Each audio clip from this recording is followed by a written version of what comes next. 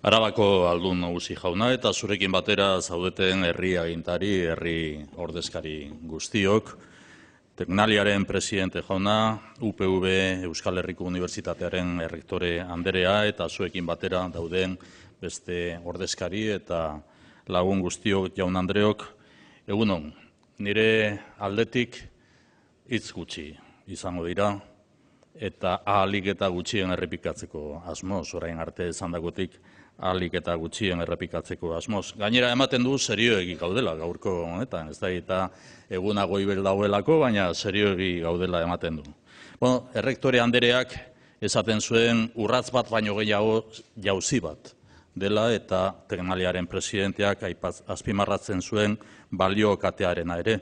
Eta guk ere nik uste dut esan behar dugula aurrera urratz bat eman egin dugula eta elkarrekin egin dugula. Eta hau da balioan jarri behar duguna, elkarrekin egin duguna. Hori da ekitaldi hau bukatzeko azpimarratu nahi dudan ideia bikoitza. Alde batetik, Farmalab lau edo Farmalabs 4.0 proiektuaren garrantzia, Araban, aldun nagusiak esan egin duen bezala, eta Euskadin berrikuntza eta ikerketa sustatzen jarraitzeko, eta bestetik proiektu hau auzolana ereduaren isla dela. Denok elkarrekin gaude etorkizuneko garapena eta kalitatezko enplegua sustatzeko. Me sumo, por lo tanto, a las palabras de reconocimiento a este nuevo Centro de Investigación y Desarrollo Farmacéutico y destaco el espíritu que nos reúne. Esta es una prioridad para nuestro país y hemos decidido avanzar desde la colaboración que se ha subrayado también en las intervenciones precedentes anteriores a la mía. Farmalab 4.0 es fruto del trabajo de las instituciones públicas y la inversión privada. Y hay que destacarlo también, la inversión privada. Fruto de la investigación básica de Bioaraba y de la Universidad Pública Vasca y la investigación aplicada de Tecnalia y las empresas.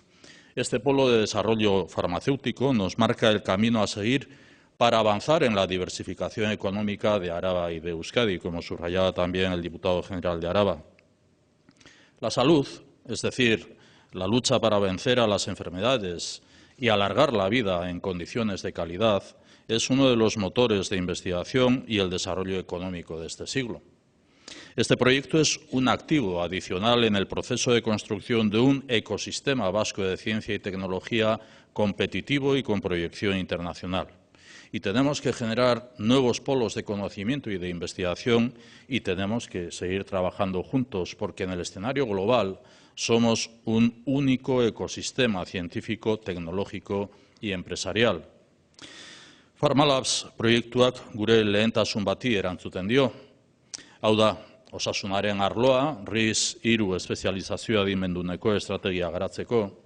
Proiektu hau pieza berria da Europan eta mundu osoan aitortua izatea nahi dugun zientziaren eta teknologiaren arloko ekosistema eraikitzeko prozesuan. Farmalabs proiektua gure ekonomiaren dibertsifikazioan urratz edo jauzi bat da. Farmazia garapenerako gune hau bide erakusle izango da ekonomia sektore berrietan aurrera egiteko, bai Araban eta bai Euskadi osoan.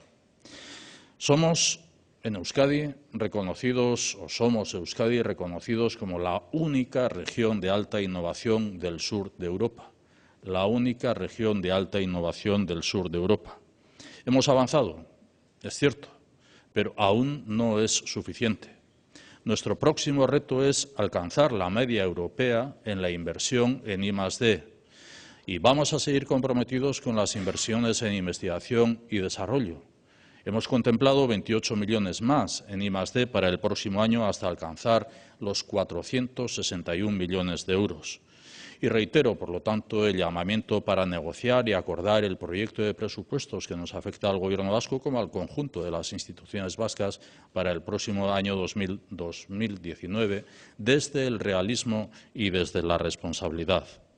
Tenemos una ocasión única para incrementar los recursos económicos destinados a las políticas de innovación y a las políticas sociales en los presupuestos del año 2019 en el conjunto de las instituciones.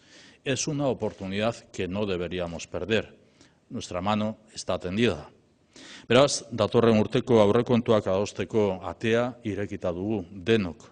Aukera bat dugu berrikuntza eta ikerketaren alde inbertitzen jarraitzeko. Aukera, hazkundea eta enplegua sustatzen jarraitzeko. Aukera, Farmalabs 4.0 bezalako proiektu baliabide eta laguntza guztiak eskaintzeko. Gaurko honetan, eta honekin bukatzen dut, bai Tecnalia, bai Euskal Herriko Unibertsitateari, bai Arabako Foru Aldundiari eta Arabako Lurraldeari eta Euskadi osoari zorionak Farmalabs 4.0 proiektuagatik eta eskerrik asko denoi auzolanagatik. Ondo izan.